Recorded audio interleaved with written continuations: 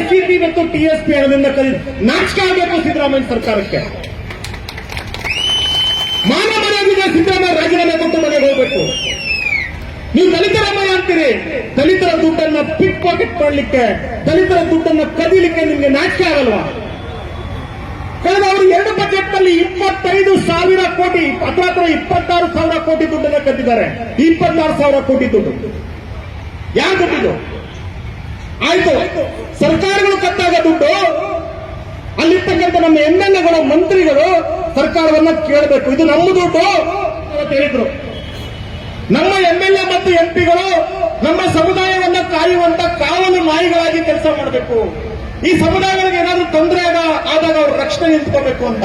ಆದ್ರೆ ದುರಂತ ಮನೆ ಕಾವಲು ನಾಯಿಗಳಾಗ್ಬಿಟ್ಟವ್ರೆ, ಅವರ ಹೈಕಮಾಂಡ್ ಅನ್ನ ಕಾಯುವಂತ ಕಾವಲು ನಾಯಿಗಳಾಗ್ಬಿಟ್ಟವ್ರೆ.